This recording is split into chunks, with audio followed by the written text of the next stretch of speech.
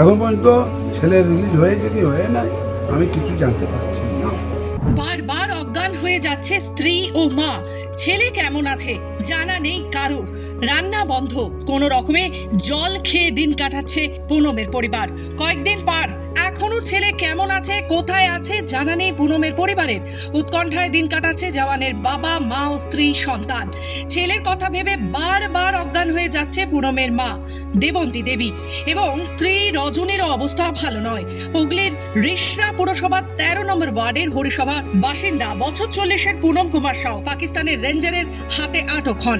আর এই খবর পাওয়ার পরেই কান্নায় ভেঙে পড়েছিল পুনমের গোটা পরিবার। পাঞ্জাবের পাঠানকোটের ফিরোজগঞ্জ বর্ডারে পোস্টিং ছিল 24 ব্যাটালিয়নের বিএসএফ কনস্টেবল পুনম কুমার সাউয়ের। সেখানে ডিউটি করার সময় কিছুটা ক্লান্ত বোধ করলে গাছের নিচে আশ্রয় নেন তিনি। বর্ডার ক্রস করায় তাকে পাকিস্তানের রেঞ্জাররা ধরে নিয়ে যায়। তারপর থেকে এখনো পর্যন্ত তার কোনো খোঁজ পাওয়া যায়নি বলে জানান তার পরিবার। কেন্দ্র ও রাজ্য সরকারের কাছে দাবি দ্রুত ফিরিয়ে আনা হোক তাদের ছেলেকে। খবর পাচ্ছি না, আমি চিন্তিত আছি কি হলো না হলো আমি কিছু বুঝতে পারছি না। এখন পর্যন্ত ছেলে রিলিজ হয়েছে কি হয়ে নাই আমি কিছু জানতে পারছি না।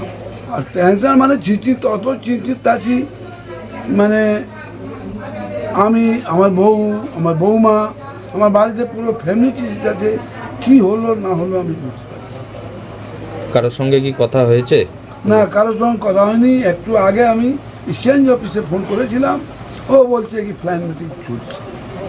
সিওর সঙ্গে কথা বলতে চাইছি, সিও বলছে, ও বলছে কি সিও মিটিংয়ে আছে।